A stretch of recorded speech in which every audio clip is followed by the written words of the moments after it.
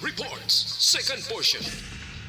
Di kalidad, kag madalong nga mga analisis sa pinakainit na balita sa bilog na probinsya kag nasyon. Actual Reports, second portion. Patas kag balanse nga komentaryo sa mga issues kag mga balita nga nagaapekto sa mga pumuluyo sa adlaw-adlaw nga tanan. Actual Reports, second portion. Upod sa veterano kag respetado nga komentarista, Aksyon Fred Salangka. Karon nga adlaw Biyernes pizza 25 na bulan sang Nobyembre tuig 2022.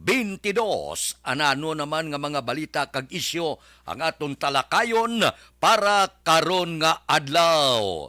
Daw hindi nila pagtantanan ang anay presidente Rodrigo Duterte, full-blown investigation pati gayonon sang International Criminal Court sa war on drugs nga nay Presidente Duterte. Daw maayong balita, daw paniguro ang administrasyon ni Presidente Bongbong Marcos sa pagpasaka sweldo sa mga empleyado sang gobyerno sa sunod nga tuig pa. Mao ang mga 60 ka bangkayo ilubong karon nga adlaw. Ang iban hindi na pwede ma-autopsy kay nagkalaging na amakbualin pa sang tuig 2021. Nagamando man na ang presidente abi ipadala nyo to ang sulat sa pungsod China para siguruhon ta kung sinong gasugid sang matuod ang Philippine Navy o kon ang Navy kag mangingisda sang pungsod China. Ini mga balita kag isyu idulong sa aton.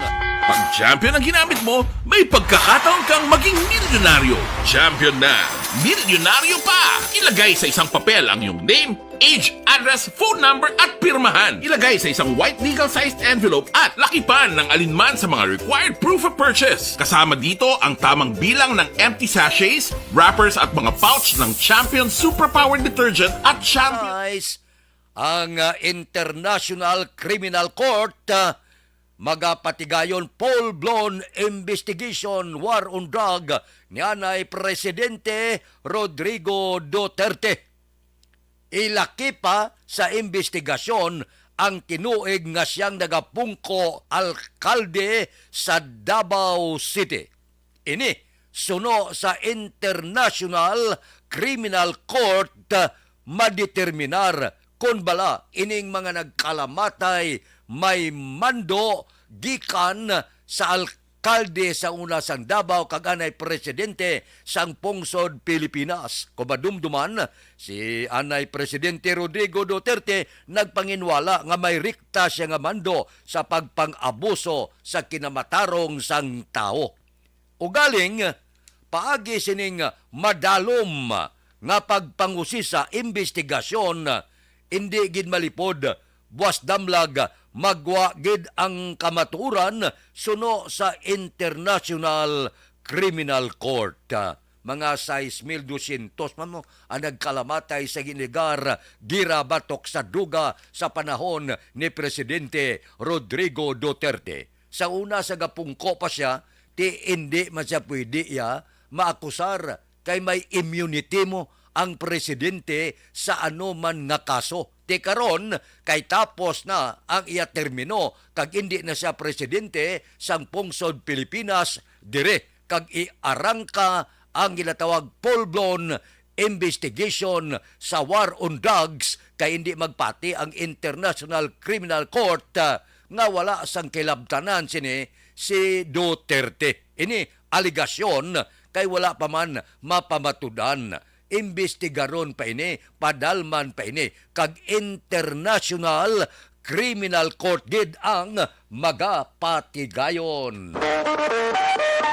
Aksyon Radio Philippine Standard Time las 6:38. Balik ako pagkatapos ini.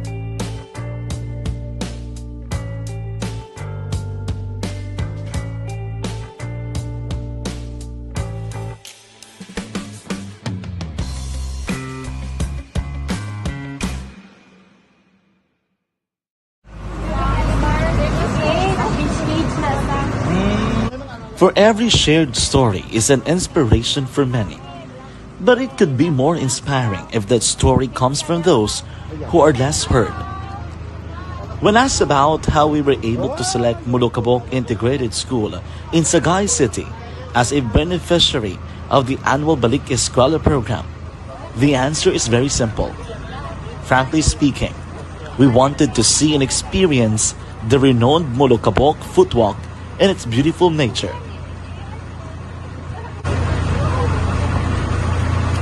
Upon entering the school, we were welcomed by beautiful smiles and warm hearts, silently expressing their gratitudes.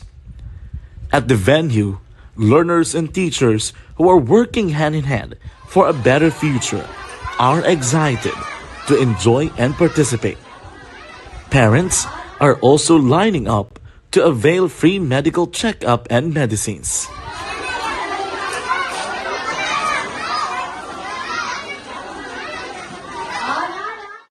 Indeed, nothing is impossible and unreachable until you personally see the real situation of a certain location. The 30-minute boat ride seems to be a few distance walk because of the satisfaction and fulfillment we have in our hearts. Behind the awesome facade is a totally different story. An island community which cannot easily be reached by humanitarian services because of its far location. But now, Aksyon Radio Bacolod made it possible because we believe that like news, our service is limitless. Thank you, sponsors. Thank you, God.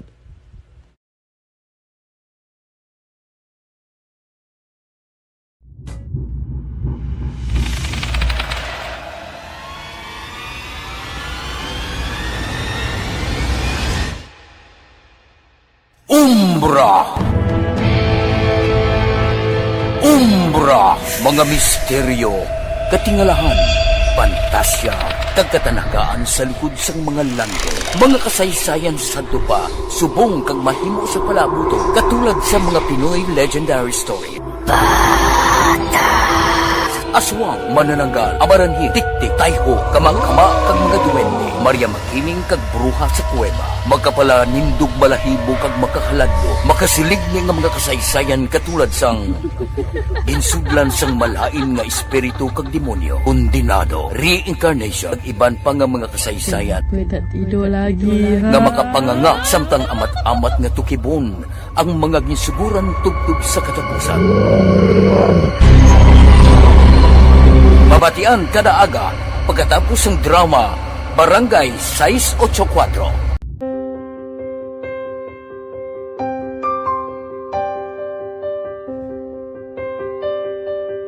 Sa mga students nga ng mga blessed bala nga may complete ang parents, may mga gadgets, tapos na complete ang ilang lang mahatag ang gusto nila nang hindi na ako magsigi complain, bali instead nga mag-complain, bali pasalamatan na lang kay blessings na nang dudumonyo ang mga iba niya mga bata man niya mas need na, pero kamo nang blessed kamo kami amo kamo na ang inahatag sang ni God.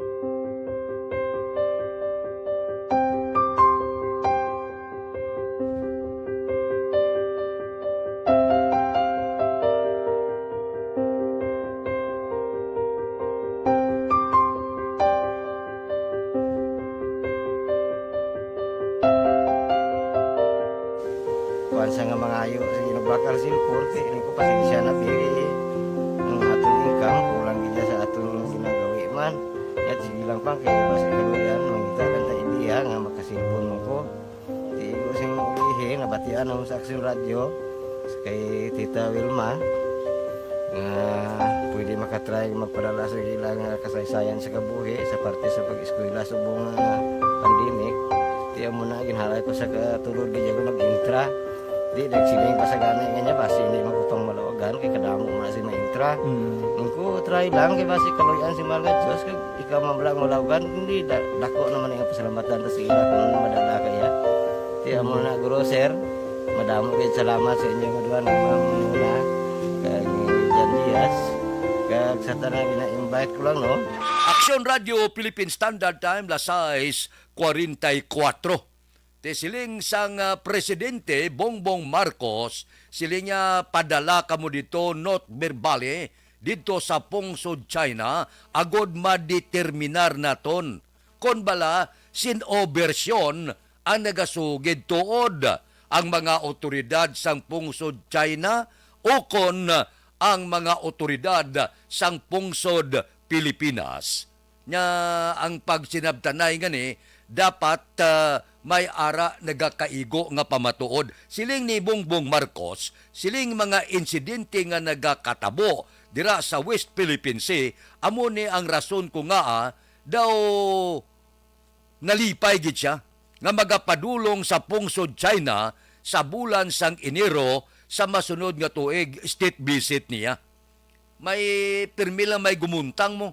Kay kung pamatian mo ang panaysayon sang nabal sang pungsod, ang Chinese Coast Guard may komprontasyon pagkatapos nga pakusog nila nga ginkuha ining identified floating object halin sa nabal sang pungsod Pilipinas. Pero kung pamatian mo ang Chinese Embassy, siling na wala nagpursa ang Chinese Coast Guard.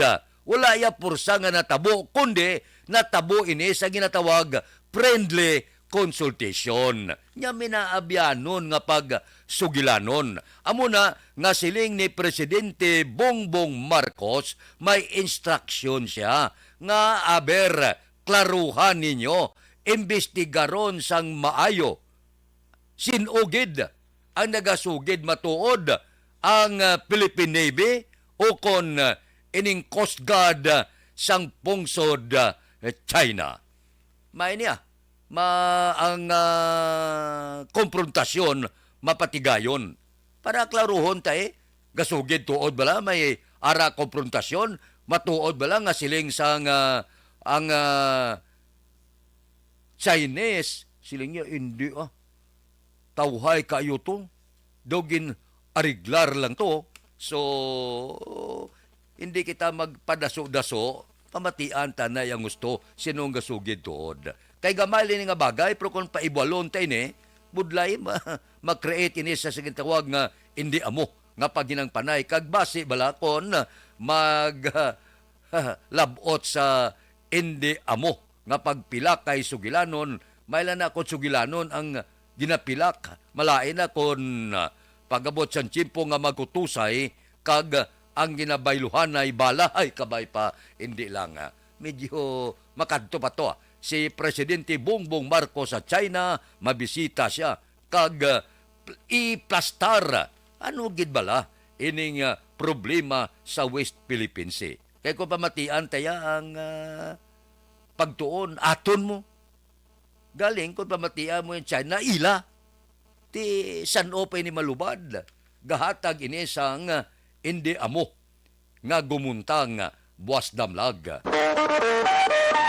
Aksyon Radio Philippine Standard Time las 6:48. Balik ako pagkatapos ini. Barangay 684. Drama komedya nga nagatalakay sa mga hitabo sa kabuhi, isyu politikal, siyensya, kag kinaugali sa surut kag guwa sang pungsod Pilipinas. Oh my God! Wow! Ang mga tagpalamati, magkakadlaw sa pagbabati paagi sa kaladlawan ng mga characters kag mga eksena sa atong drama komedya nga mahimo nagakatabo sa ila kasilingan, kapitan, mayor, congressman, senador kag presidente man nga makahatag kalingawan sa matag adlaw nga tanan. Gunggong! Barinig kita sa mukha eh! Barangay! Amo na po nang si mama wala di atos sa Bacolod. Sa akong birthday gani maabot ako nang sa balay. Pero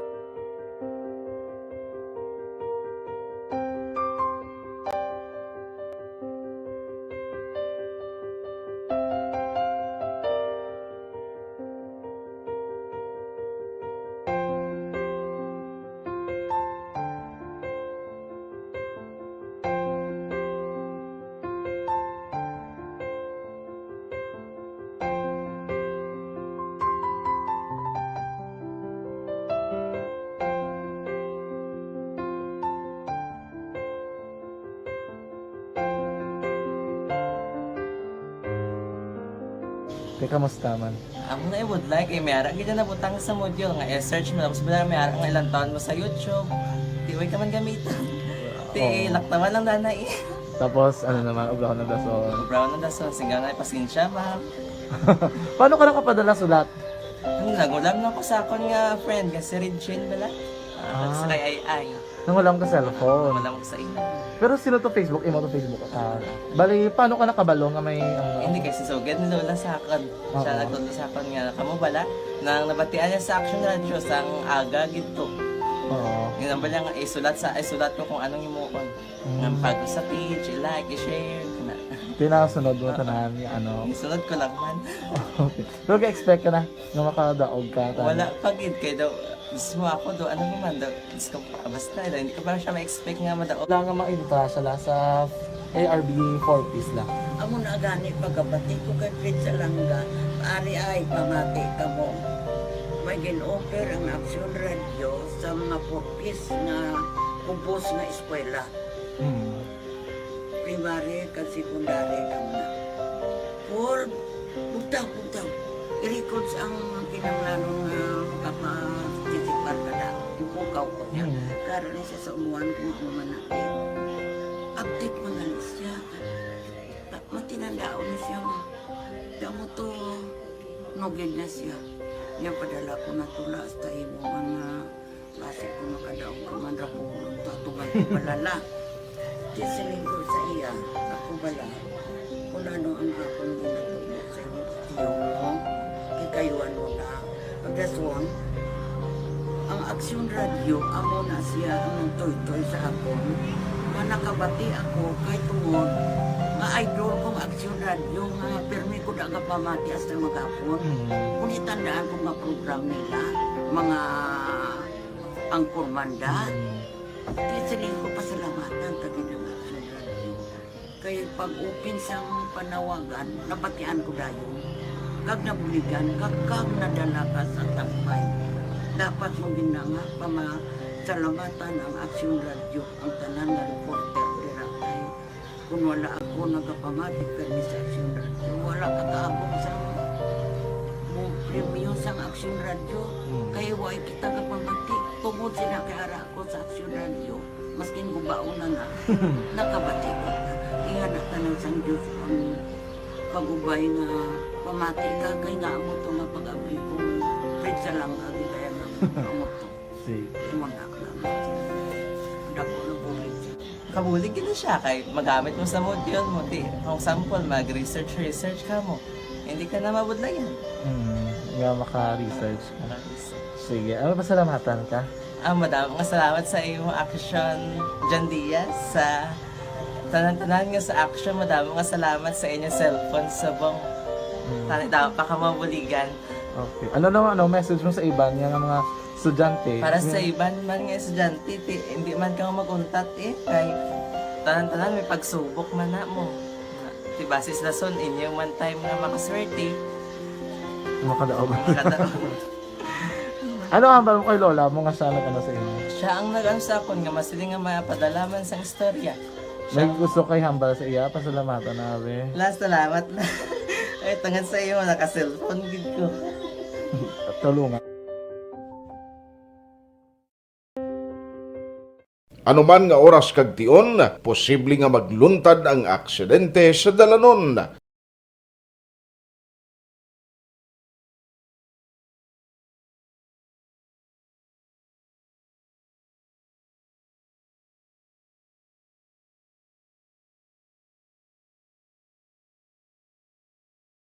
Yari ang Ito makadali ang mayong balita para sa tuig 2023 kung matigayon. Siling ni Presidente Bongbong Marcos, laban sa sigurado sa tuig 2023. Sa masunod nga tuig, daw sigurado na nga may saka ang sweldo sa mga empleyado sa gobyerno. Amo ni siling ko maayong balita para sa pagbukas ng tuig 2023 sa mga empleyado sang gobyerno. Kay porte ng panawagan mo, ang pila ka grupong empleyado sang gobyerno siling niya, dapat 33,000 na ang national minimum wage. Gintakos man sang Ibon Foundation siling niya dapat 1,119 kada adlaw ang sweldo sang tao para nga makapaulo abantar kang makasagod sang 5 ka miyembro sang pamilya. Amo ni ang ginaduso sang pila naton ka mga kauturan nga ara mga empleyado sang gobyerno. So bangot sining pasalig, daw may ara kita pananawan nga masanag bala sa tuig 2023 sa pasalig ni Presidente Bongbong Marcos nga sigurado may ara gid pagsaka sang sweldo sa mga empleyado sang gobyerno. Bao kabay pa nga masanag ang tuig 2023 sa mga empleyado. Kabay pa malastra pati ang mga empleyado sa pribado. Aksyon Radio Philippine Standard Time Lasais 55. Balik kami pagkatapos ini. This is my life.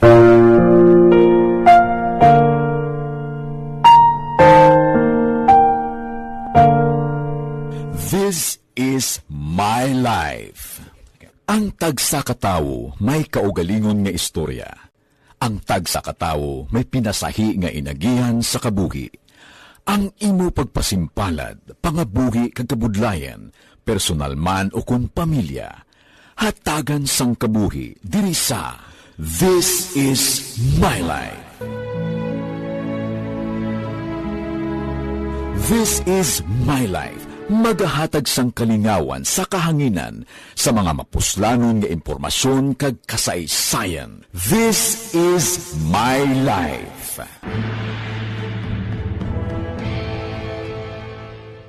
Pag champion ang ginamit mo, may pagkakataon kang maging milyonaryo. Champion na, milyonaryo pa! Ilagay sa isang papel ang iyong name, age, address, phone number at pirmahan. Ilagay sa isang white legal-sized envelope at lakipan ng alinman sa mga required proof of purchase. Kasama dito ang tamang bilang ng empty sachets, wrappers at mga pouch ng Champion Superpower Detergent at Champion Antibacterial Fabricon. Sa labas ng envelope, ilagay ang promo title, ang POP na ginamit at MBC station na yung pinakikinggan. At ihulog ang iyong entries sa mga drop boxes na makikita sa iyong mga favorite MBC radio stations. Mas maraming entries, mas malaki ang chance mong manalo. Mamimigay kami ng 1 million pesos sa ating grand draw at libo-libong piso pa in cash sa mga weekly draws na magaganap sa mga MBC radio stations nationwide. Champion na, milyonaryo pa. Champion, tapat po sa inyo. Brought to you by Champion Superpower Detergent with X-Stain Technology at Champion Antibacterial Fabric Conditioner. Timbangan sang katarungan. Timbangan sang katarungan. Panatuntunan sa mga individual nga nagatalakay sang ilang kabuhi nga nakahimo sa mga butang nga may salabton sa kasuguan. Court is now in session. Pagpangawat, kidnapping, pagpamatay, imoralidad, illegal nga droga kag iban pa nga klase sang krimen. Kalabanan sa ilang nagapating nga makaluwas sa ilang nahimo nga sala, apang ang timbangan sang katarungan wala nagakatulog, kag madabat ang sinuman nga matuon nga nakasala, kag mahatagan hustisya ang wala sang sala. Ang tanan, dapat alalangay lang. Timbangan sang katarungan. Mabatian kada hapon pagkatapos ng drama, mensahe sang paghigugma.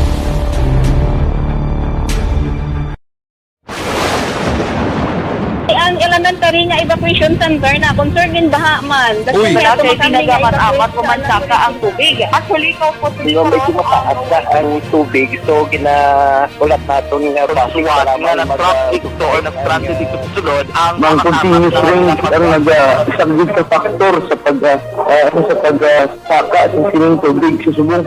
Ang Pilipinas sa mayroon sa early warning system para mahibaluan ang lakat sa panahon. Gani, wala sa rason nga hindi kita makapreparara karon ni rainy season. Yari ang pila ka mga action tips nga dapat mo may baluan. Kung nagapuyo sa lugar nga masabi ginabaha, mag-monitor sa balita para sa anunsyo sa pag-asa sa lakat sang panahon. Isa sa pinakapos nga pamaagi para malikawan nga magsulod ang baha sa balay among paggamit sang sandbag. Ang sandbag ang isa ka sako nga may unod nga balas nga pwede ibutang sa pertahan upon ginaagyan sang tubig para temporaryo nga makontrol ang pagsulod sang tubig sa inyong nga balay. Antes naman ng rainy season, dapat nakapreparar ka na sa pagkaon, flashlight, pito, kandila, hygiene kit, power bank, transistor radio, importante nga mga dokumento kag iban pa nga kinahanglanon. Ini ang dapat isulod sa go bag nga dapat ibutang sa isa ka lugar nga mapus kuhaon sa tion nga kinahanglan nga mag-evacuate. Sa tion sa pagbaha dapat butangan sang tape ang saksakan sang na Las 7, standby na. Sa aton Aksyon Balita Morning Edition, upod kita kay Aksyon Boy Duran, kag Aksyon Dorel Cabato, Aksyon Fred Salanga, una sa balita, una sa aksyon, sa Bacolod, Aksyon Radio.